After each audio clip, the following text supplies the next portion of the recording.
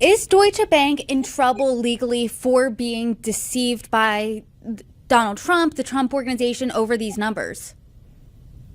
Legally, no, they're not in trouble. I mean, it's a bad look for them that they didn't catch all of this stuff. Again, I have some sympathy for them.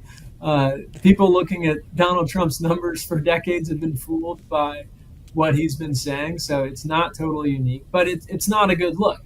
People expect their banks to be able to catch this stuff, and what we're seeing is that banks, although they do have controls and do have due diligence, not always enough when you're dealing with somebody who routinely lies about his assets.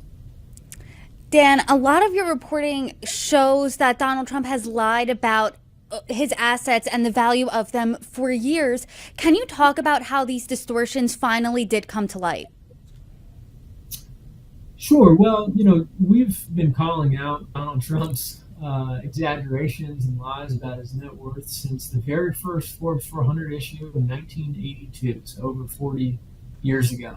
One of the things that's changed recently is that it's become apparent that the lies that he was telling the media, he was also telling his banks. And that's an important distinction because it's illegal to lie to the press. It might be a bad look, but you're not going to find yourself in a courtroom simply for lying to the press. But if you lie to your banks, you might. And so that's really the biggest development that we've seen. And then there are a bunch of smaller things.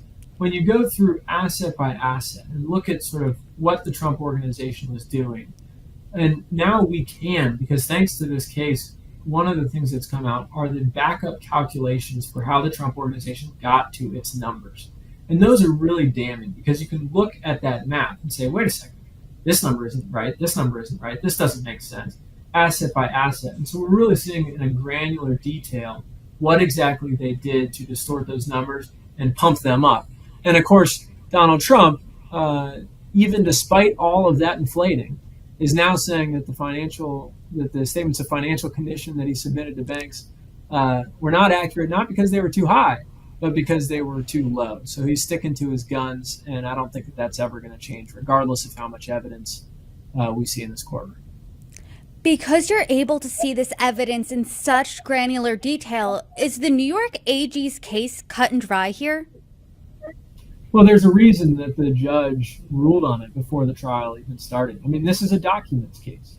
And regardless of what people say or claim, it comes down to documents. If you have in documents that your building is a particular size and it's not actually that big, and you do that repeatedly on asset after asset where you're distorting square footage figures, where you're inflating the multiples that you're applying to profits, where you're using profits that are out of whack, it's not that complicated. I mean, it's black and white. These are the numbers, and the numbers that they used aren't the real numbers. And so that's why this, at its core, is such a difficult case for Donald Trump.